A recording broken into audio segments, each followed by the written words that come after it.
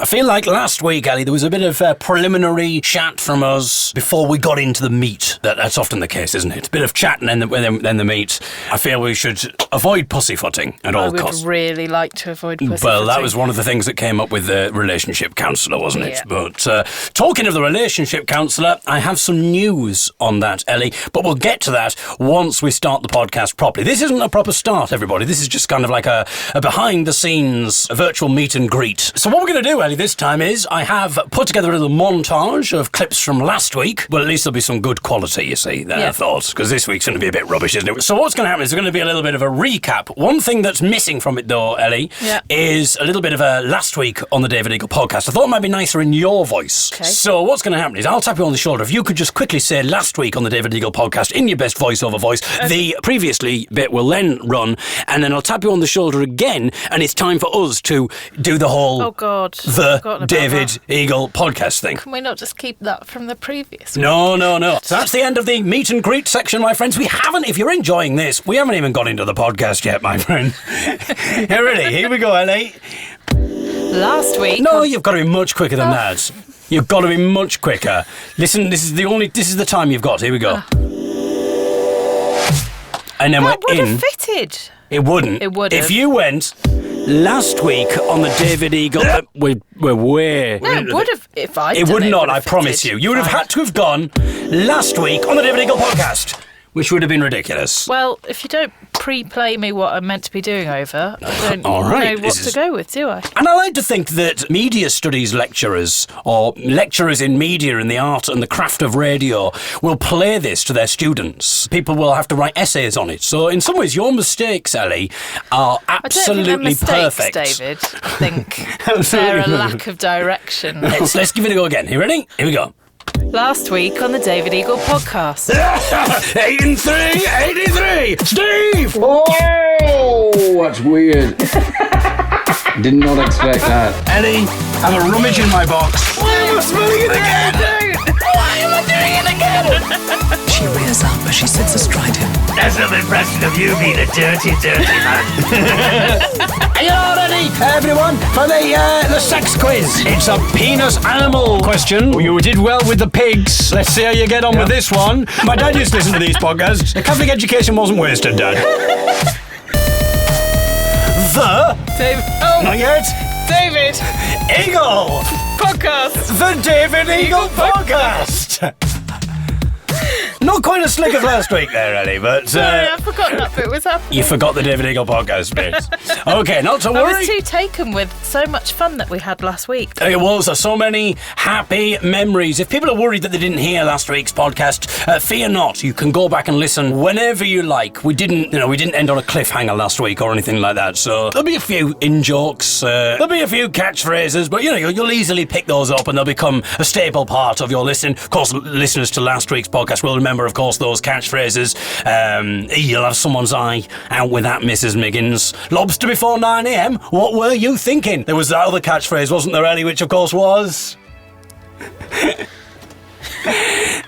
There we are. A lovely bit of improvised comedy for you there. I said about it last week, we mentioned the relationship counsellor on the podcast. Last week, I made a little bit of a joke about the fact that we didn't see a relationship counsellor, and that was because I said when we've entered lockdown, we've had 3 lockdowns now. When I proposed to you last Christmas, you thought that I'm a travelling musician and comedian. You're not going to see me that much, and that's one of the reasons why you agreed to marry me. So we had a bit of a chat about that. I was going to have time to marry. Exactly, and I said something about our relationship counsellor. The reason we're doing the podcast is because our relationship counsellor has suggested that one of the ways to bond and to repair the damage caused by spending all this time together is to do a podcast together. What is weird about this is we've had a couple of concerned messages from people, Ellie. Oh, have we? Who genuinely, for some reason, I don't know how, wondering whether the relationship counsellor was a real thing. And it just sort of makes me wonder how they could have possibly thought that, bearing in mind I'd made little jokes about, the fact that they'd said to spice up our sex life and made jokes about you sticking chilli and rosemary in me. I'm a bit concerned now that people aren't going to know the difference between what is a joke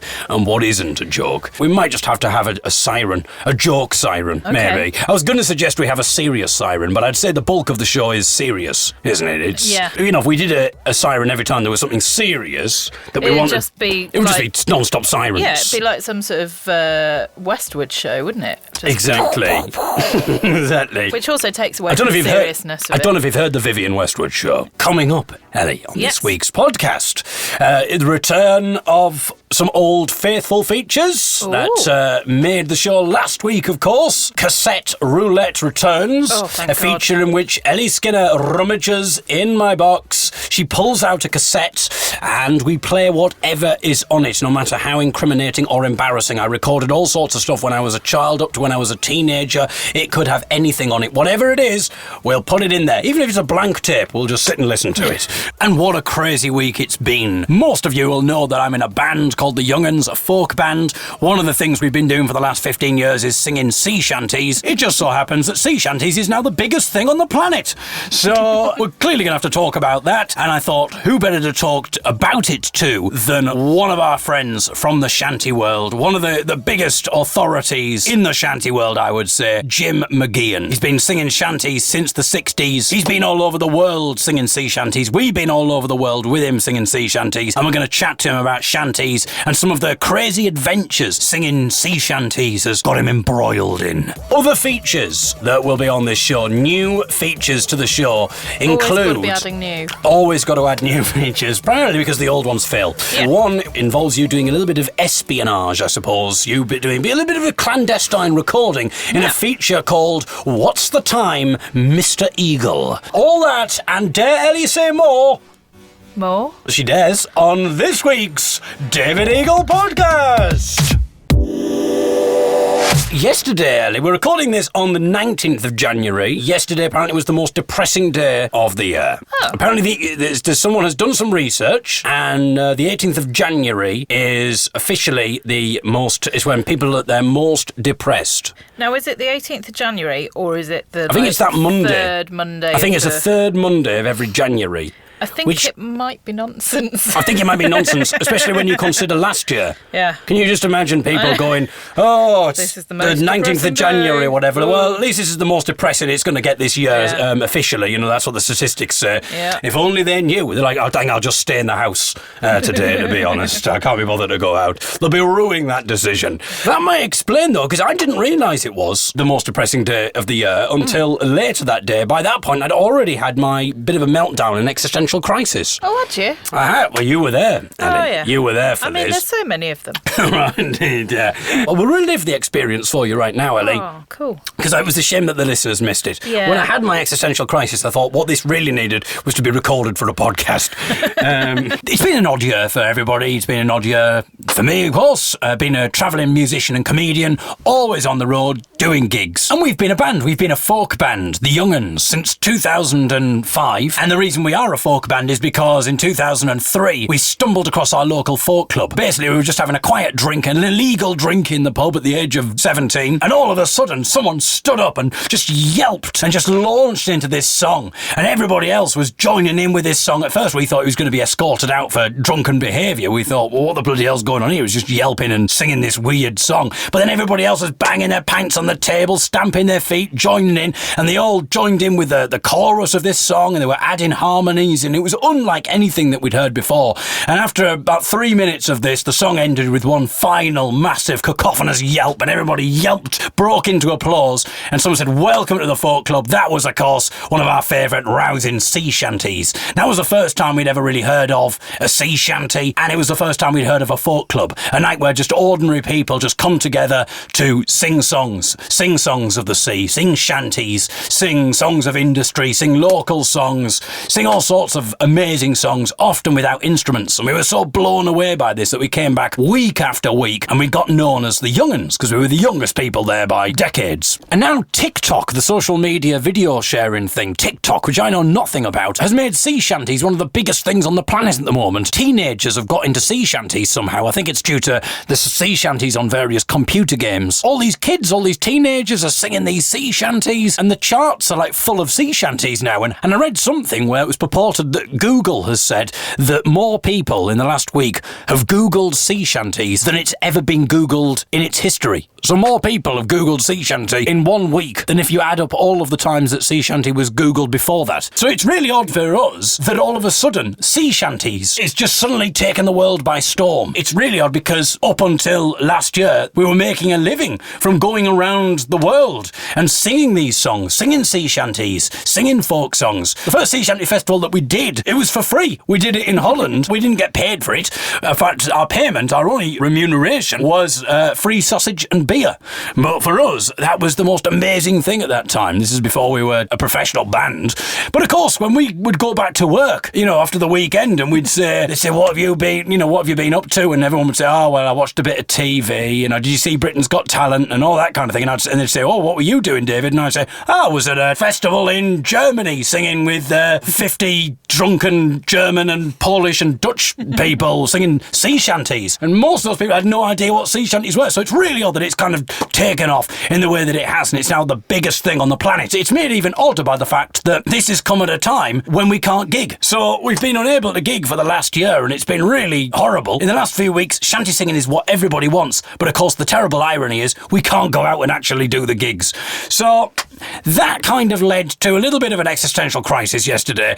Also, just the fact that not being able to gig for the last year has really eroded, I think, a lot of people's sense of identity. Whether you're a musician or whatever you are, whatever your job was, if you can't do it anymore, a lot of who you are is bound up in that. And I like to catastrophise as well. So I was on a bit of a rant about this is, the end of everything, and the fact that it's great in some ways that everybody's got into sea shanties, but there's another part of me that it just feels like it's a bit of a kick in the teeth because we can't do it at the moment. And we've been doing it for the last 15 years, and this is what we do for a living, and we can't do it anymore. We can't go out and gig. And everyone now is sharing these sea shanty videos, and I've got no idea about TikTok. I don't know how to get involved in it. So now you've got people who've only just discovered sea shanties in the last week who've got viral videos of themselves singing sea shanties. We've been doing it for 15 years, you bastards! Sorry, I've just said, I don't want to sound churlish. I think it's brilliant. So I'm catastrophising, and I know it's stupid, but, it's been a tough year, and I've not been able to leave the house, so I've not been able to let off energy in the usual way that I do. So I'm having this rant in the kitchen, this existential crisis, and I'm going, I don't know what the industry's going to be like when we can eventually go back, and I don't know, is it going to be the end of the band? Who knows what's going to happen? And you could argue it's great that everyone want to hear sea shanties. Surely it means that everyone will want to hear us perform, but no, it'll probably just mean that everyone will want to see these bloody teenagers performing sea shanties, and there won't be room for us anymore. Oh, it's the end of the good times. No one will want to come and see us anymore. It'll be the teenagers that everyone wants to see. Oh, remember when we were a BBC Radio 2 Folk Award-winning band? I remember when we used to get played on the radio. And while this was happening, the radio was on in the kitchen. It was BBC Six Music. It was the Steve Lamacq show. It was just on in the background. There was a feature where Miles Jupp, the comedian Miles Jupp, previous host of the News Quiz, the CBeebies show, Balamory, he'd been in the thick of it, all sorts of stuff. And he was doing a feature about one of his favourite recipes, how to make a fish pie. And he was saying, and when I'm cooking, I like to listen to music, and these are the songs that I like to listen to. And he'd say a little bit about the songs. And every song that he picked, I was somehow managing to say, oh yeah, well this song, it's like a thorn in my heart, it's a dagger to the heart. Things that I sort of think of as my music that I put on when it's just me in the kitchen. Put Tom McRae on a lot. It's called All That's Gone. Honey, all that's gone. So I hear him introducing this song, All That's Gone, and I'm like, how very fitting, Ellie. All that's gone indeed. Yeah, our entire livelihood's been destroyed, and now every bugger wants to do sea shanties. Everyone's going to be wanting to sing the kind of music that we sing, and nobody's going to come and want to watch us because they're going to be watching these bloody young upstarts. So the milk that you flavoured, you start adding to the sauce. That would be a good time to go and put a song on. I would put on Moonlight Mile by the Rolling Stones. It's just very, very good. My dreams is fading down the railway line. So there you go. My dreams are fading, he sings, Ellie. And at this point, I'm like, yeah, exactly. My dreams are fading. We were doing really well. We'd won folk awards. So he's picking songs that are basically just making me... I'm finding hidden subtext in everything. I met recently, and I was very excited to meet him, Neil Hannon from the Divine Comedy. And then to add insult to injury, the National Express. When we were on tour with the Hut People a few years ago, we'd bring them on at the end of the gig. And we'd do an encore song, and it was the National Express. So I'm like, of all the songs he's He's managed to pick this one. It was like everything was reminding me of the past when we were able to gig. Everything he's playing is a dagger in my heart. It's like he's doing it deliberately. So I'm having this big rant, and the radio used to play and all of this. And at that exact moment, the feature ends, the National Express fades, and the following happens. And that was my 5-minute menu. The National Express. Six music. Six music. Matthew Hoxton is. And then, us! All of a sudden, the young'uns. Now at this point, I cannot believe it. I'm in absolute shock. The look on your face, David, and was then, something.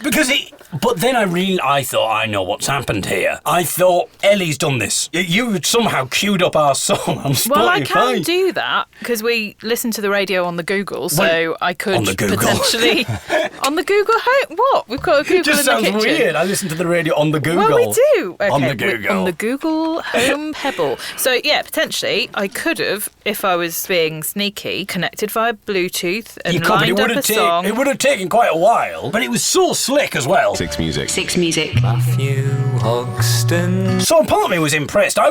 It never crossed my mind that there was this on the radio. I'm sort of thinking, well, Ellie's clearly done this, and a part of me was really impressed that you'd managed to do it, and another part of me was absolutely livid because I thought this is not the time to be joking. So I'm stood there going, how have you done that? How have you managed to do that? You've obviously connected the devices. You've So I'm getting really annoyed, and you're telling me this is definitely not something. And then I was even more impressed because I'm still convinced that you've segued between the two things here. I'm convinced this is a joke. I mean, it's nice and that you're you give pretending me that I'm credit. on Six Music right now after the kids. Well, it just makes complete sense, doesn't it? If I'm having an existential crisis and saying that we're essentially ineffectual as a band and this could be the end and all of this kind of thing, and then all of a sudden Six Music start playing, the first thing I'm going to think is that you're playing some weird practical joke. Well, and I also, thought, we're talking about this with a relationship counsellor. I thought I'm waiting for the song to end so we can hear whether it is. It was a very tense moment. Be the man I was born to be.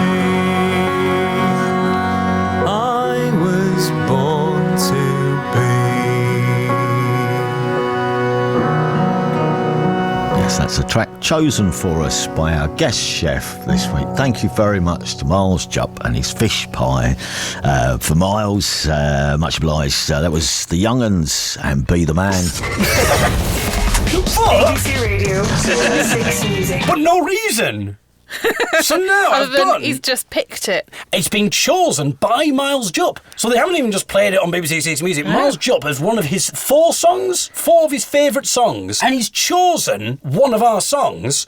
But frustratingly, there's no mention of why. Like the other three songs, he gave a big thing about, this is why I like this song, this is what it means to me. Maybe this one, he didn't bother. Maybe he did record something explaining, but they thought, you know what, it's going too long. He's talking too much about how it was a half an hour song, lecture. Yeah. Maybe Radio 4 are going to play it. It's going to be a half an hour special, perhaps, on this song. Yeah. So there you go. That was really weird. So then that was a very odd feeling inside of me because I was sort of still had this kind of the remnants of this existential crisis of not feeling relevant. But it's difficult to not feel relevant when you've just been chosen by a comedian on primetime Six Music. So it gets me wondering now how Miles knows of this song. If you're listening, Miles, maybe he listens to the podcast. Let us know. A day full of turmoil yesterday, everybody. Anyway. Well, one of the things, Ellie, for this podcast is because we've got some new features. Yeah. I've got some new jingles to show you. Before we do that, though, for some reason on my hard drive, I have all sorts of random stuff. Yeah. We could do hard drive roulette at some point, but... that sounds like it might not. be a lot more risky. Maybe not the one with the porn on. No. Well, I don't have any porn. If that audio describer from last week, did the erotic Prince Margaret scene, maybe I would have... Princess Margaret. What did I say? You said Prince Margaret. That's a very different. That's one of my fantasies. Anyway, I let it slip. Well, anyway, I wish I'd. Well, anyway. Stop it. If she was doing all, maybe I would have got into porn. But there we go. So there's all sorts of miscellaneous stuff on the hard drive. Yeah. And I don't know why. I have the launch of Heart Radio in Bedfordshire. I don't know when this was launched. But for some reason, I've got the jingle that they launched with on my hard drive. I think I did some jingles for company or something, Okay. and I can't remember why. For some reason, I was either sent it or it came in a folder or something or other. I don't know, but for whatever reason, I got had. that. I want to play because this is, I suppose, the benchmark. Okay. This is a jingle that launched a radio station. The first things that were heard on this particular radio station, the big exciting launch. Okay, it's early, but let's raise a cheer. You made it through the night, and you're still here. It might be dark and cold out there, but give it a chance. Count yourself lucky, you could live in France. So there we are. I mean, like, I just can't believe it. Within 10 seconds of launching a radio xenophobia. station, mild xenophobia. What's wrong with living in France? Within lovely in 10 parts of seconds. It's hot. The weather is hotter. I don't quite understand the whole thing. But I listened to it and I thought, well, maybe this will give me some help for when I create my jingles. Yeah. So I made a mental note. Xenophobia Oh, God. is clearly the way to go. Now, unfortunately, I'd already done the jingles before I'd realised that. Oh, what a shame. So next time we do a jingle, I'll make sure mild xenophobia is on the list there. And the first jingle you're going to hear, Ellie, Yeah. is my jingle for Cassette Roulette. Put your hand in my big box, pull out a cassette. We have no idea right now what's on it yet. But then we press play, we'll hear what we get. It's time to play a game we call Cassette Roulette. So there we are, Ellie. Before we move on to a new cassette, I just thought I'd have a tentative listen to some more of the cassette that we did last time. Yeah. Oh, there's a couple of little clips that I wanted to play you. Okay. We talked about catchphrases, actually. There was one catchphrase last week on Cassette Roulette, which is something that I rather embarrassingly said at the age of 15. This was a radio show. It was my first hospital radio show at the age of 15. For some reason, I would periodically say throughout the show, okie dokie. Or okie doke. And so here we are, we have some more examples of okie dokes here. Made it onto the show. The show was essentially me saying, as you're going to hear, was essentially me saying okie dokie or okie doke and technical problems.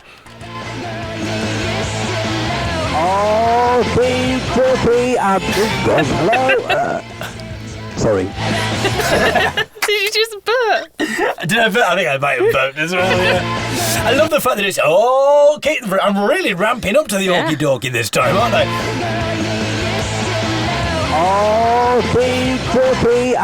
Hello. Sorry.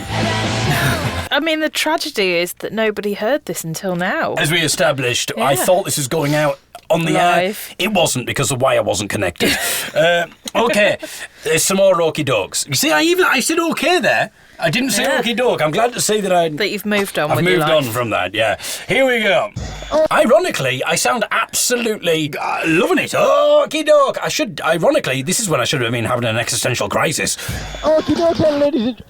Bloody hell. Okie doke, ladies and gentlemen. Okie doke. What I love about that one is the fact that I make another mistake. Something obviously happens, but I still think, well, better start again with the okie dokes. Okie doke, ladies and... Bloody hell. Okie doke, ladies and gentlemen. Okie doke, ladies and gentlemen. Okie doke, ladies and gentlemen. Oh, wrong song. You couldn't get any worse. This couldn't be scripted badly. I like that you're still doing your bloody hell, even then. But this couldn't be scripted any badlier. I mean, there are times when I listen to that, I think it just smacks of Alan Partridge. I just think, I must have been... Watching so much I must have been joking. But then I remembered, we were talking about jingles earlier, and some jingles on my hard drive, and I did a variety of jingles for a couple of low-rate commercial radio stations and community radio stations as well, and got paid anywhere from nothing to £20. And then I remembered this jingle. Bearing in mind I was 15 when that was done, the hospital radio show. So that would have been, what, 2000? 20 years ago. Yeah, it was 20 years ago, so that would have been 2000. This, Ellie, was in 2007. This jingle, okay? And there's just listen out. I'm sure you'll get why I'm playing it shortly. This is for a community radio station called Ferdinand on Folk. That was about folk music, not about sort of mounting people. It wasn't that kind of show. If it was, then you could have done with the audio describer from The Crown. But anyway. Ferdinand on Folk, it really is no joke. Presented by an incredible bloke. Ferdinand on Folk, Ferdinand on Folk. So if you're feeling broke, The show will make you feel okie doke. Ferdinand on Folk. Ferdinand on Folk with Terry Ferdinand on Bishop FM. You must be forking. Okie doke makes a return. Like 7 years after, I was still saying okie doke, which kind of gives me. I mean, in fairness, that one at least are doing that because it rhymes with fork. Yeah. I'm assuming that's why I've said it, but it might not been. I might have been doing okie doke every single. Might still been very much my catchphrase. Now I'm worried because I'm starting to think that listeners, if they're going through the back catalogue of podcasts, might be like, David, in 2019 you said okie doke 300 times. So I'm just, Anyway. And then you had your radio voice as well when you were doing the Ferdinand on Folk. Well, that hopefully will inspire you. Well, there was a bit that I did take out because the next bit I must have been inspired by heart. I then did a big tirade against the Chinese. Okay, it's time for this week's Cassette Roulette. Oh. Ellie, the box is primed. Get ready to rummage and pull out a cassette. Cassette Roulette. Maybe hold the box up to the microphone for added ambience. I can't It's such a big box. Ooh. It's such a heavy box. She's having a rummage. I probably don't need to point that out. That's what that sound clearly is. She's pulled out a tape, and I'm going to put this in the machine. We're going to find out what's on it. We don't know where it might stem from, whether it's pre or post okie doke era, whatever that may be. We'll find out as we play this week's Cassette Roulette. Thank you. Same as when you were 15. Burping on a microphone. Nothing's changed. I was going to edit that out, but then I thought, let's keep that in just to show continuity of exactly. service. Cassette Roulette. Okay, I've had a little tentative listen, Ellie, and picked out some clips. This one isn't as embarrassing, actually, but hopefully entertaining nonetheless. What I'm going to do is I'm going to play you a little sequence of clips now, Ellie. Okay. And hopefully it's me singing along to a couple of songs. I think you'll know what they are. You'll be able to identify them, I think. What I want to know is what year you think this is from, or how old you think I am when I was singing along to these songs. So here we go.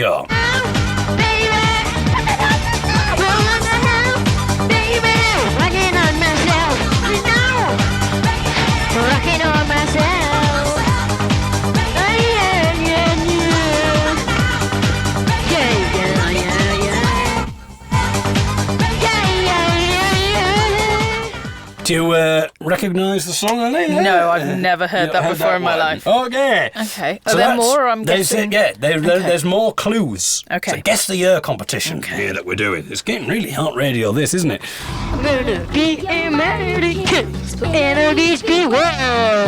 Never seen a king beast with white on good hair. Made of fur, a good king also born. Working up, working down, working on the road. And sparring. And I'm quite impressed at my end here, as it were.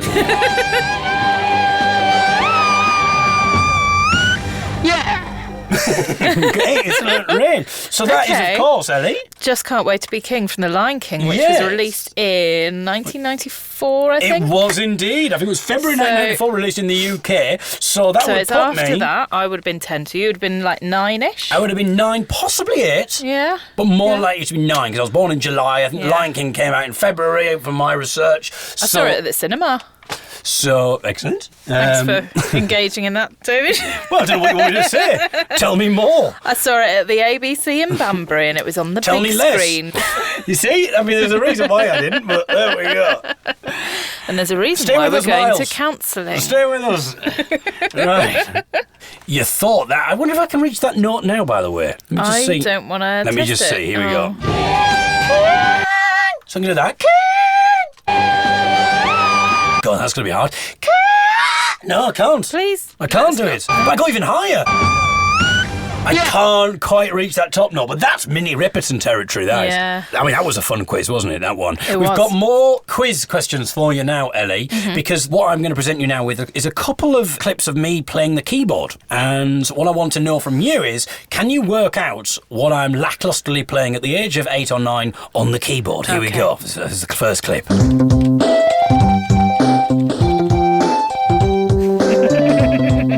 It's Eternal Flame. Eternal Flame. The Bangles. Bangles. Yeah. And then there's this one, Ellie. Can you identify what this one is?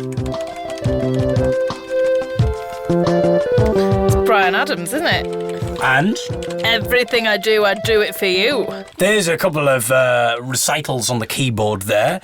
So even back then, Miles, even back then I got it. But now, Ellie, it's time for some unique compositions. Oh, lovely. This one's an instrumental piece. Okay. Think about some of the great instrumental pieces before we start, like Tubular Bells, Music for a Found Harmonium. Jean-Michel Jarre. Yeah. This is my take on instrumental music.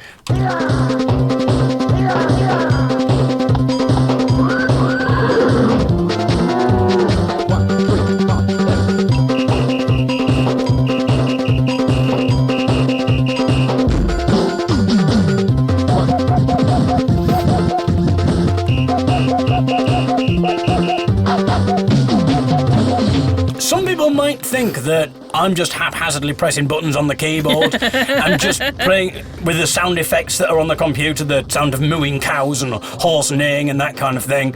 But I like to think when I'm listening to it, I'm really hearing something else. There's more going on, there's intricacies, there's complexities going on with the piece there. You have to be There's quite... a lot of depth to it. Well, yeah, I think it's...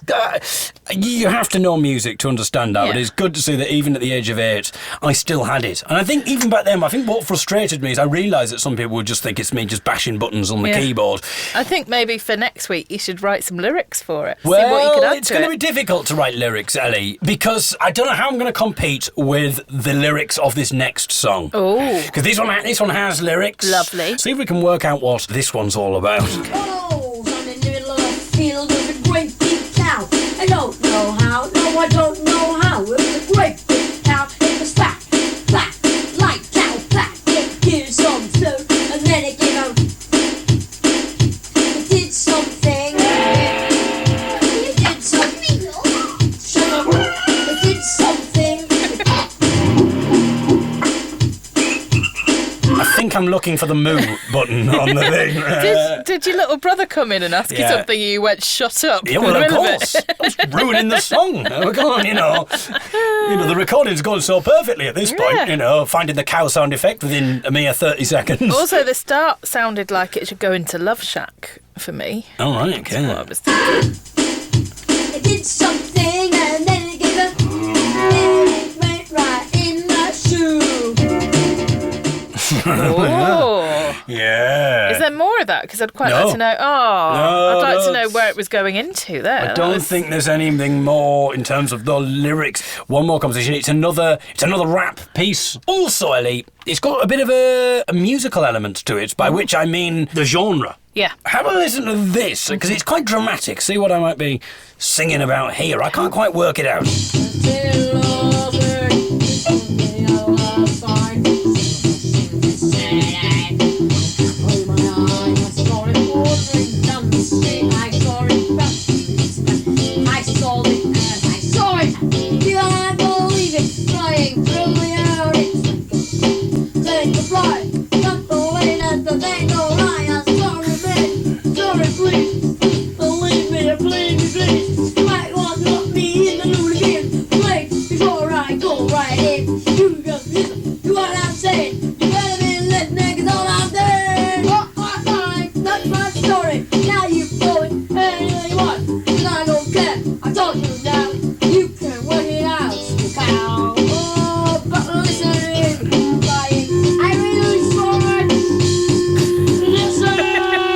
Very dramatic.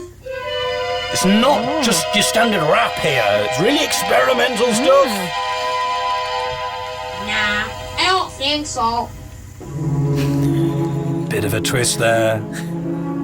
So I can hear myself. I'm imploring someone to listen, to believe my story. But I don't know what the story is.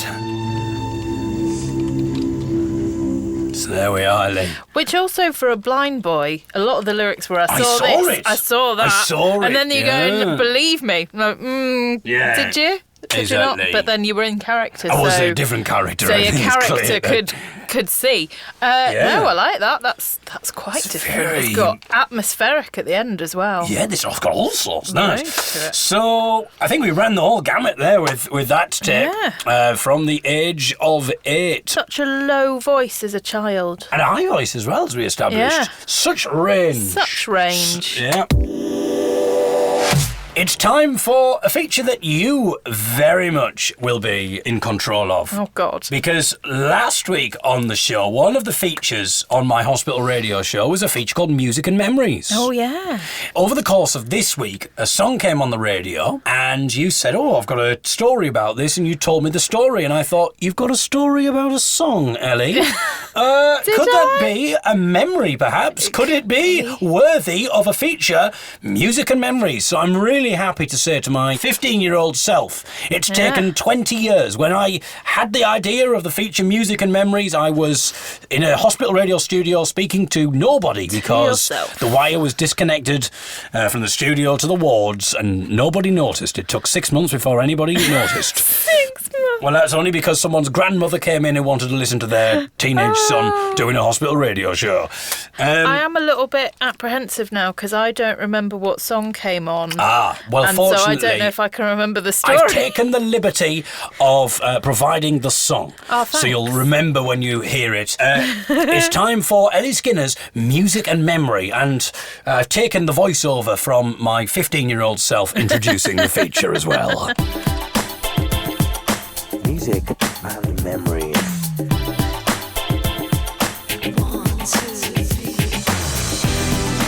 So it is, of course, Ellie, the song is...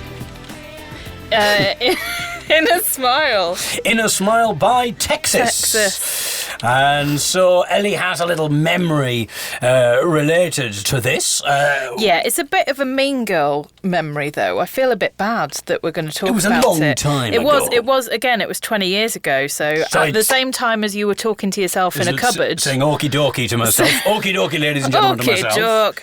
At the same time, my friends and I were starting to get involved with boys. We were 15, 16, Well. and this song was one that I used to mock one of my friends. Would you like to hear more, listeners? That's what you're all thinking right now. It's unequivocal. Charlene Spatini. Is that what she's called? Spateri. You say Spateri, I say Spatini. Let's call the whole thing off. That's not what the relationship counsellor said we should do. He said, leave Terry out of this. Yeah. Okay. Never mind Teeny. Stop it. Who's Teeny? Well, that's another story. It's this bit of the song that you did a parody of to mock somebody when you were 15. So we'll just hear the... We'll hear... Well, yeah, go on. You tell me the story first. I should use a fake name for her. So I'm going to call her... I don't know what to call her. A fake name, all I can think of is a real name. Okay. Yeah, so let's say there was this girl at school... Well, just give her any name. Brenda. No. It doesn't matter if it's not the right name. Yeah. Brenda. So there was this girl at school... Called Brenda.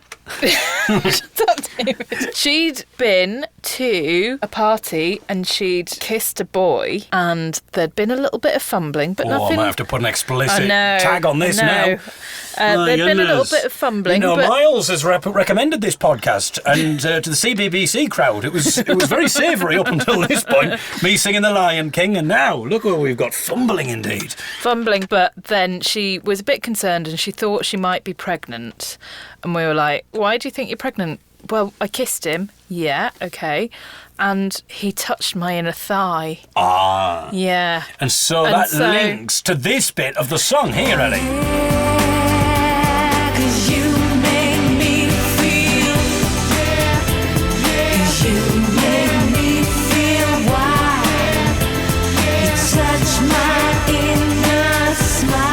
Yeah. So go in on. my head, we were good friends. We reassured her that that's not how you can get pregnant. Then it was a little joke between the rest of us, and I think this song was around at that point. And so I would hear in my head, I think. Can we do the song going on here? So here we go. 'Cause you make me feel.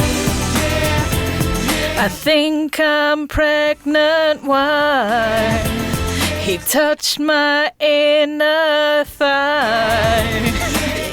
And that's the end of the song. That was that. That's So, the end of the I right. mean, the same girl, I think on the same night, she was a bit horrified because she'd kissed him and then she'd burped into his mouth. This was after the fumbling. Yeah, Well, I she was presume just... it was after the fumbling. I'm not sure she'd be fumbling after the burp.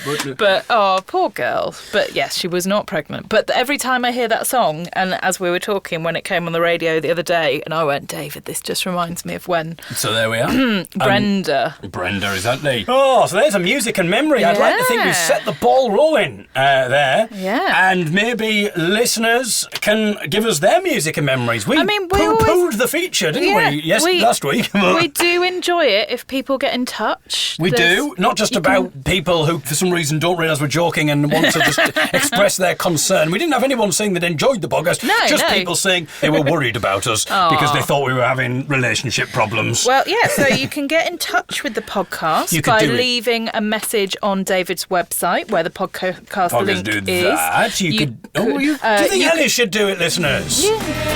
Oh, fair enough then. Okay. You could tweet David at the David Eagle. The podcast, when it comes up, is also put on his Instagram page, which is also at the David Eagle, or he's got a Facebook page. And if you really like the show and you'd like it to continue and you'd like our relationship counselling to be funded, you can leave a donation at davideagle.co.uk. There's a link on there to allow you to do that. Excellent. I mean, I'm hoping that we could get Miles Jupp to do a little voiceover next week, but that was very good. If we had Miles Jupp just dropping in to go, you can support David Eagle. Exactly, because you want to hear more stories of me having an existential crisis, listeners. And you know what?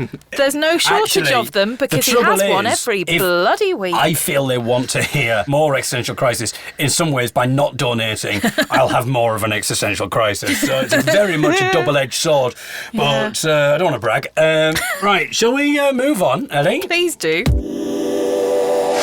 Right now, it's time for another new feature. Oh, is I say it? another new feature. I think it's the first new feature so far. Well, Music and Memory wasn't a feature last week. I suppose it wasn't. So. My 15-year-old self would be really impressed now. If I asked him how he felt, I'm sure he'd say okie doke. No, I mean, I would have been... Imagine how horrifying it would be, Ellie, if as my 8-year-old self, I suddenly hear myself going, okie doke. Oh, God. Do you know what would be even more horrifying? If at our wedding ceremony they say, David Eagle, do you take Ellie Skinner? And you just go, okie doke. No, actually, what I'm going to say is, when they say, David Eagle, do you take Ellie Skinner? I'm going to say, how dare you? That's what I'm going to say. It's a very personal question. That's what I'm going to say. Dear God. No, I mean, my family, my parents are here. What we should do on our wedding day is do a live podcast. Wouldn't surprise me if we did. They get to hear some speeches. We're doing from the people. wedding night for Patreons. No, if you donate over £100. Yeah. Exactly, we get Miles Jupp to do the catering. It's all working A lovely out. fish pie. You know what time it is? Do I? It's time for What's the Time, Mr. Eagle? Oh, have you got a jingle for this one? I've got a jingle for this one, which we'll get to very shortly. Okay. This is basically a feature where, sometimes Ellie will ask me what I think the time is. Put a bit of spice into the relationship again, and I thought this could be a great feature. I mean, I'm sure you're already thinking. If I said there's more to it, you'd be like, no, there doesn't need to be more to it, baby. That's good enough. So what's going to happen is, Ellie, over the course of the week, in a clandestine manner, she would press record on her phone, and she would ask me what the time is. I don't know when it's going to happen, Ellie. No. It could be whatever we're doing. We could be in the middle of relationship counselling. We could be watching Princess Margaret having it off. Well, actually, we wouldn't do it then. No. That we were very much glued to the screen for that, aren't we? So it's got a little jingle which essentially says what the feature is. That's what all good jingles should do. Excellent. They should do two things. Yeah. Firstly, tell you what the feature's all about. Yeah. And secondly, insult a foreign country. This is What's the Time, Mr. Eagle? Some people get a thrill from deviant crime. I would rather play a game where I guess guess the time. I don't wanna be embroiled in matters illegal. I'd rather play a game of what's the time, Mr. Eagle. I hit Pakistan. Okay. You look so pleased with yourself over your jingle. I do really, I like that jingle. It's just the good, it's good. It's the little look of satisfaction on your face. It's lovely. So, as it says, this is a feature where I guess the time, but listeners, as if that's not enough, and I know for most of you thinking, that's enough, David, that's enough. Probably what we're thinking. That's enough, David, we're turning off now. I normally take Miles Jupp's recommendations more seriously, but from now on I'm not going to listen to him. We're going to tot up the points. Now, the soul of the game is to get the least amount of points possible, so the ideal will be 0, because I get it bang on 3 times. She's done this 3 times over the week. Each week, the aim is to better my personal best. Do I get to do a spreadsheet? Maybe. We could do a diagram. Maybe that could be another incentive for people to donate. You get free diagraphic representations of all features. I don't know how we'll do music and memories, but we'll give it a go. So let's do our first ever What's the Time, Mr. Eagle? What's the time, Mr. Eagle? David Eagle, what is the time? What's the time, Mr. Eagle? You mean? Oh, yeah. It's fine. It's a good start. First time we've done this. It's a complicated feature. It is. So, to put it in perspective, we've been in bed, we've just got up, and I haven't checked the time yet. I think the time is 9:41. It's 10:28. 10:28? What's the time, Mr. Eagle? What's the time, Mr. Eagle? Oh, it is 4 minutes past 11. Oh, it's 9 minutes past 11. Oh, so close. What's the time, Mr. Eagle? What's the time, Mr. Eagle? Are you recording? Yeah. I wouldn't want to play this game if you weren't recording, honestly, though. Exactly. It'd be a waste of our time. Certainly. I wouldn't want to waste my time unless I'm wasting the time of at least another 12 people. 12? I don't know what ratings you've been looking at, my friend. You get a bit too big for your boots. Anyway, I think the time is 1:09. Oh, 12:39. Oh, bloody hell. It's terrible. What's the time, Mr. Eagle? There we are. Let's top up the points then, Ellie. Okay, so the last one you were half an hour out. So, I've made a note here. Oh, okay. Because it's important we don't get this wrong. Yeah. Because, it's a serious game. So the first one I was 47 minutes out, I believe, Ellie. Okay. The second one was much better. Yeah. 5 minutes out. And the next one, 30 minutes out. Add those together, of course, and you get 82. And you get 82 minutes out. Some more statistics, of course. I guessed too early twice. Okay. And I guessed too late once. So we're going to find out whether that changes. So I normally too early, too late. So we'll put those on the stats as well. So at the moment, this is pretty exciting with the first week, isn't it, Ellie? But just imagine, as we build more of a profile, imagine how exciting it'll be over time. It'd be pretty bad if in the second week I get 0 and we can't improve. We can't on continue. that. We just then the feature may have to end, and that would be terrible. But then we could do celebrity. What's the time? Ooh. It can't be called What's the Time, Mr. Eagle, and the kind of joke is What's the Time, Mr. Wolf. So it's good to explain it. Yeah. Well, we could find someone else with an name. animal name. So what would we have? Bob Fox. We could have Bob Fox, the folk singer, Mr. Fox. Yeah. Oh yeah, we could see which animal wins. Oh, so there's Charlie Wolf, the journalist. The average across all average? three. Okay. Yeah, you were 27.3 minutes out. Okay. So that's your average. At the moment, a personal best of 5 minutes. Yeah. So surely I can beat that. You want to shrink that next week, mate? I've never heard you say that before. We're going to sing one to finish called Valparaiso Around the Horn. Please join in. Shanty Jack's joining us for this one, I think. It was a cold and dreary morning in December. And all of me money it was spent. Where I went to Christ I can't remember. So down to the shipping office went. Hardy lay back, taking your slack. Take a turn around the caps and heave a pole. Out ship state, station, boys, be handy. Be handy. We're bound for Valparaiso around the horn. A live sea shanty from Jim Mageean with his band The Keelers, and we're going to speak to Jim Mageean very shortly. But before we do, I thought, Ellie, as you did for our last week's guest, the comedian Phil Nichol, maybe you could tell us a little something about Jim, and I shall interrupt when I see fit. So in 1963, Jim went to his first folk club as a teenager. It was the Bridge in Newcastle.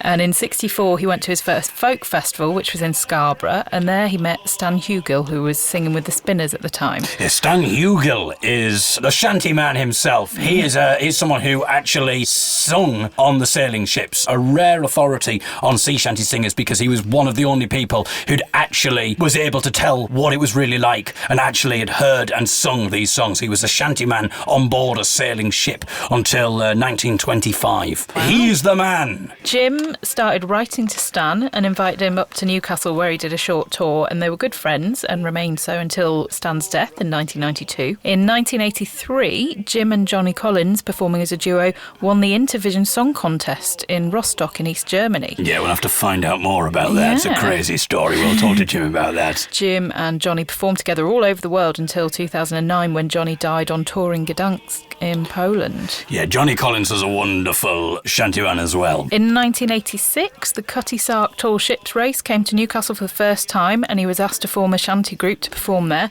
and that's where he formed the Keelers, who are still performing 3 decades and 5 albums later. In 2010, he appeared on BBC 4's Shanties and Sea Songs with Gareth Malone to discuss North East sea songs, and in 2013, he was on Radio 2, interviewed about shanties by Richard Hawley as part of his Drunken Sailor programme. Jim's arrangement of the song Don't Forget Your Old Shipmates was used in the 2003 historical film Master and Commander Fast Side of the World, and the movie's director Peter Weir had been looking for an authentic British Navy song from 1805, and that's when he discovered Jim's version of the song from his 1978 album of Ships and Men. He tutored for a while on the folk music degree course at Newcastle University and passed some of his songs on to the students there. As well as the students, he also passed his songs on to other groups, in particular the Unthanks and the Young'uns, and the Young'uns personally thanked him when they won Best Group in the 2015 Radio 2 Folk Awards. We did indeed, and quite rightly so. A lot to talk about then with Jim. I think that's all the information we need. Yeah, you don't want the children? Children? Oh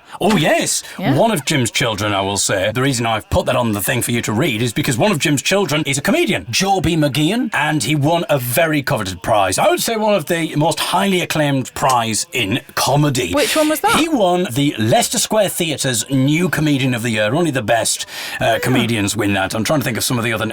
Oh, it's rather embarrassing. I'll tell you, it's been so long since I've thought about it. I've just remembered that I won that as well, Leicester Square Theatre New Comedian, so it's rather embarrassing that came up in conversation. Anyway, it's time to cross over to a conversation that we had earlier with Jim Mageean. Ship station, boys, be handy, be handy. We're bound for Valparaiso around the horn. At Christmas, this can't have happened since the war, you know. There was a woman along the street and she wheeled her piano out into the front garden. And we all stood socially distanced around her piano and sang Christmas carols for an hour. And I thought, this can't have happened since wartime, you know? Yeah. I hadn't been feeling Christmassy up till then, and this was just a few days before Christmas. That's brilliant as well, because that's ordinary people singing songs, and that's essentially what we do. Exactly. It's all about, what folk music is all about. And now it's got really odd, Jim, because suddenly shanties is the biggest thing on the planet. It is, and it's wonderful. I'm very, very keen on it, on all aspects of it. You know, the fact that it's gone massive, and the fact that people can duet with you. And then all of a sudden you've got a whole group of people around the world who haven't never met each other singing a song, and it sounds really good. And this has happened to me, you know. Joby put me on at the weekend.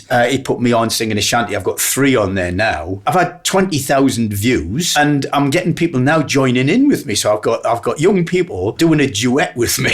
Oh, brilliant! And I just think, oh, that's great, because they want to sing, because a cappella singing is suddenly great, and the kids want to do it, and that's great. It's not just great that the kids want to sing shanties. It's great that the kids want to do a cappella singing and join in with other singers, you know. Singing is such a wonderful thing, and it's such a fun thing. The way I view TikTok is it's just fun. It's just great fun. You know, I was a bit in trepidation about going on TikTok. But I think we should talk about when you started out and what you've done, because obviously you singing with the shanty man himself, Stan Hugill. I first encountered Stan Hugill, not in the flesh, first of all, when I was 15 years old in 1963, and I started going to the Folk Song and Ballad Club in Newcastle, which is still going. I used to go to the folk club every week, not singing, because I was only 15 and I wasn't even supposed to be in the pub. I was drinking pints of Guinness. Exactly the same as us, though, Jim. I know, exactly the same as the young'uns started. So I was underage in a pub drinking pints. When I say pints, I used to have a pint and a half and come home absolutely sozzled, you know. And they used to sell this magazine at the door, and this was basically a fanzine for the Spinners, and I loved the Spinners. Every month there was a 2-3 page article by this man Stan Hugill. He talked about shanties, and he gave the words and music of shanties, which weren't in his book. His book was out by then. His book had been out since 61, Shanties from the Seven Seas, which contains about 400 shanties. I didn't have the book then. All I had was these snippets of shanties that Stan would publish every month. Anyway, in 1964, after I'd been going to the club for a year, Johnny Handel organised a trip to a folk festival, and I'd never been to a folk festival before, and I was 16 years old. And so he organised this bus and left very early in the morning from the bridge in Newcastle and drove down to Scarborough. And it was Scarborough Folk Festival, and everybody was booked at Scarborough. And it was such a magnificent day. And Stan Hugill got up and performed. He was actually quite drunk when he got up and performed, and the Spinners were backing him, but they were actually holding him up while he sang these shanties, you see, and they were doing the choruses. And this was the first time I'd seen this man, you know, live, and I was absolutely enthralled with his singing, because I'd already knew him from his magazine articles, you see. And so I didn't speak. I wish I had spoken to him till that day, but I was 16 years old and quite shy. So when I got home, I started to write to him, but I didn't have his address, but I wrote via Spin Magazine. So I sent a letter to Spin Magazine, Stan Hugill, care of Spin Magazine in Liverpool, and lo and behold, I got a reply. I still have some of Stan's letters because we continued to correspond, and for many years we corresponded for a while, and then eventually I invited him up to Newcastle to do a series of talks. He stayed with me, and I shared a house with various other folk musicians. He came and stayed with us for the weekend. On the first night he did a talk about sea shanties, and then we did a couple of folk clubs and talking and singing. And he came back to my place, and I remember we drank a bottle of rum and got stupid drunk. I said, but these ones you've got in the book, you know, by then I had the book, of course. These ones in the book, you know, they're not the real versions, you know, they're camouflaged and cleaned up. And I said, can you sing us some of the real ones? And let's hear them. So I remember him singing some of the real versions of the shanties that night. Even the filthiest rugby songs do not compare to some of the sea shanties in their original form. You couldn't possibly sing them in any sort of company, not even in all-male company. They were just so disgustingly obscene. I'm seeing a weekly feature coming on, Jim. Yeah, he carried me up to bed, and I lived on the 3rd floor. He was singing shanties and going, heave away, all the way, just pulled me up the stairs and put me to bed. He was an amazing man. He was a complicated man. He was a cantankerous man. He was of a generation that don't exist anymore, and of a way of life that doesn't exist anymore. Johnny Collins. Oh, yeah, well, Johnny, yeah. You and Johnny went on some weird, crazy adventures. The Intervision Song Contest. Explain for those people who don't know what the heck it is and how you ended up on it and how you ended up winning it. We did. I've got it on the wall. In fact, Joby's recently sent me the magazine, the East German TV Times. I've been trying to get it for years. Joby went online and found it and bought it for €1 from 1983. A 1983 copy of a East German magazine. It's got me and Johnny on the front cover holding our trophy and bunches of flowers like we've just won Wimbledon, you know. And so I've got that on my wall underneath the actual trophy. Basically, probably no other students of the Cold War would mention this. The thing that the Eastern Bloc really coveted about the West was the Eurovision Song Contest. This is true, honestly. Russia and East Germany and all of the socialist countries of the Eastern Bloc, they coveted it. And so back in the 70s, they decided to have their own version. There's not a lot online about it, but you can trace it, where it was held, and it moved around a bit, around the Eastern Bloc. Anyway, in 1982, Johnny and I were singing together at the Tall Ships Race in Southampton, and we were approached by a man who was on the committee of their Intervision Song Contest, because Intervision was the Eastern Bloc television company, covered all of those countries, and they decided to have their own Eurovision Song Contest, mainly of the Eastern Bloc, but they invited all socialist countries worldwide. Anyway, he asked us if we'd take part, and he says, it's a competition. And we said, oh, we don't do competitions. He says, you go there for a week, and he says, they'll put you up in the best hotel. He says, they'll treat you like lords, and you'll probably win it. No. Okay, we'll give it a go. We got flown out there to East Berlin. The festival itself, it lasted for several days. It went on the Baltic coast of East Germany, DDR as it was then, Deutschland Democratic Republic, very communist at the time, Russian soldiers everywhere. We went through this East Berlin, the Schönefeld airport, where we had to wait for 4 hours because the minibus that was picking us up and taking us to the festival also had to pick up the Norwegian competitor, who was a very beautiful girl who happened to be Miss Norway. and our boyfriend, I hasten to add. So Miss Norway waited 4 hours for her plane to arrive, in which time, of course, we went to the bar. And we were in the bar trying in our best German to get some beers. And so we were saying, 2 Bier bitte? No. He wouldn't give us these beers at all. And then we looked around and there was other people in the bar drinking. And we said, one of those. No. So then we said, well, what do you have in English? Because we couldn't say that in German. And then in perfect English, he said, we have champagne. Oh, okay. 2 Champagne. We got these awful Russian champagne. It was dreadful. And then in perfect English, he said, would you like a beer with your champagne? So basically, they wouldn't serve you a beer on its own because it was just cheap. It only cost a mark or something. So they wanted you to buy something more expensive, like a whiskey or something like that, and then have a beer chaser. So he'd sell us champagnes with beer chasers. So we spent 4 hours drinking champagnes with beer chasers and got quite drunk, of course. This is real socialism in action, isn't it? It really was. So then we eventually got to Rostock. They did put us up in this fabulous hotel with all the rest of the competitors. So we went out the first night. Well, we went in the first night, basically. We had complete freedom to walk around, It wasn't... there was Russian soldiers on every corner, but you had freedom of movement. Nighttime after dinner, there was a nightclub. So we went up to go into this nightclub, and they wouldn't let us in because we didn't have ties on. You couldn't go into the nightclub without a tie on, So the first thing we did next day was we went out and shopping, and we went to this kind of department store. There we saw socialism in action because we went to buy a tie each, and it took 5 people to sell us a tie each, Wow. So one person would show you the ties, another person would take the money for the tie, and another person would wrap the tie. I can't remember how the 5 went, but it was 5 people who actually served us this, and we bought a tie each. So the next night we could actually go to the nightclub. They had 0 unemployment, but of course you have 0 unemployment in a country if it takes 5 shop assistants to sell you 1 tie, Yeah. Anyway, we eventually got to the gig, and we had 5 days. We had a lot of rehearsing, and it was a 92-piece orchestra, massive philharmonic orchestra. So the first thing they said was, which sections of the orchestra would you like to use? And we said, no, we don't want any section. And of the 19 countries who entered, we were the only ones who didn't use the orchestra. What's crazy about this is you were just talking about socialism and 5 people to sell you a tie and how everyone's got a job. You rock up to the Intervision Song Contest and say, no, we don't want any of these people working. No, somehow it for everybody else. I mean, 18 of the 19 countries used the orchestra. We were the only one who didn't, and we won it. Anyway, so we didn't... Eventually they said they had a vocal section, and they were from Czechoslovakia, and they could do anything with vocal music. And we said, we'll use them. And they were wonderful, these guys from Czechoslovakia. We used them to sing our choruses. So we had fantastic choruses. They helped us win, really, because we were just doing the verses, and these were singing fantastic choruses in harmony. We met them, and we got drinking with them, and we sat up all night, the first night, drinking with these Czechs. And we sat up all night. And I remember the sun came up, we were in the bar, and people started drifting in, coming in for breakfast.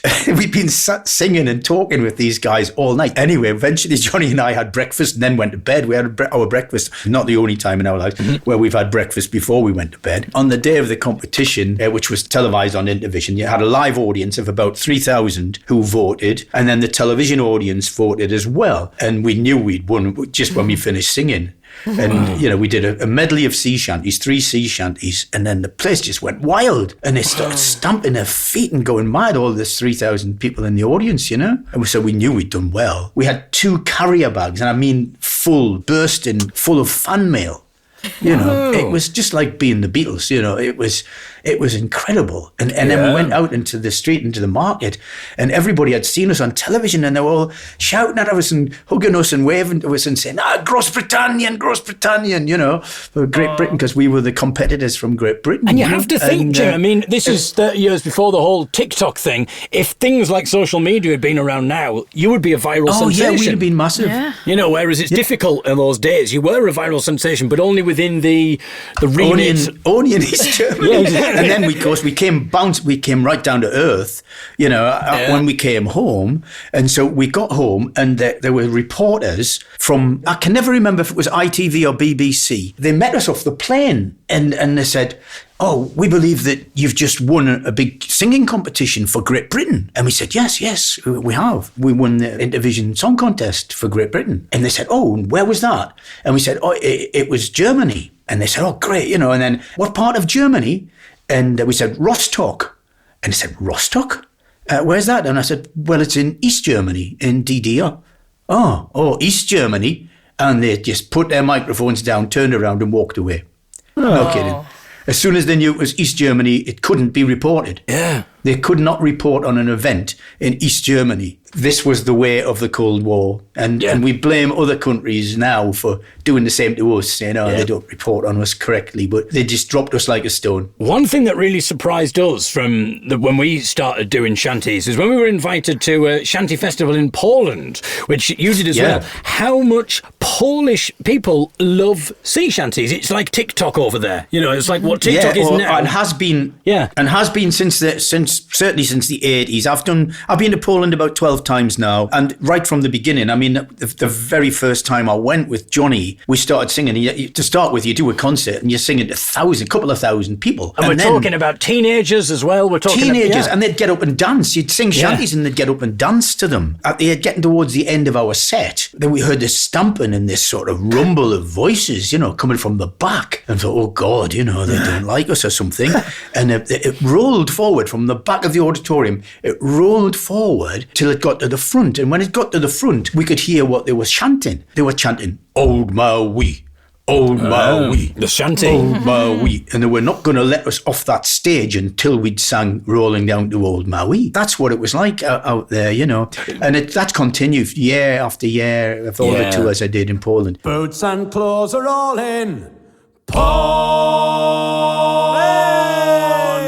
Go down, your blood red roses, go down. Thank you very much to Jim Mageean. If you want to hear more of his sea shanties and folk songs with his band, the Keelers, you can find all that at keelers.net. You know me, I'll spell it, KEELERS.net. I thought we'd end with a little bit of us, the Young'uns, singing a sea shanty. This is from our album... which one's it from? I can't even remember. I'm going to have to look up what album it's from.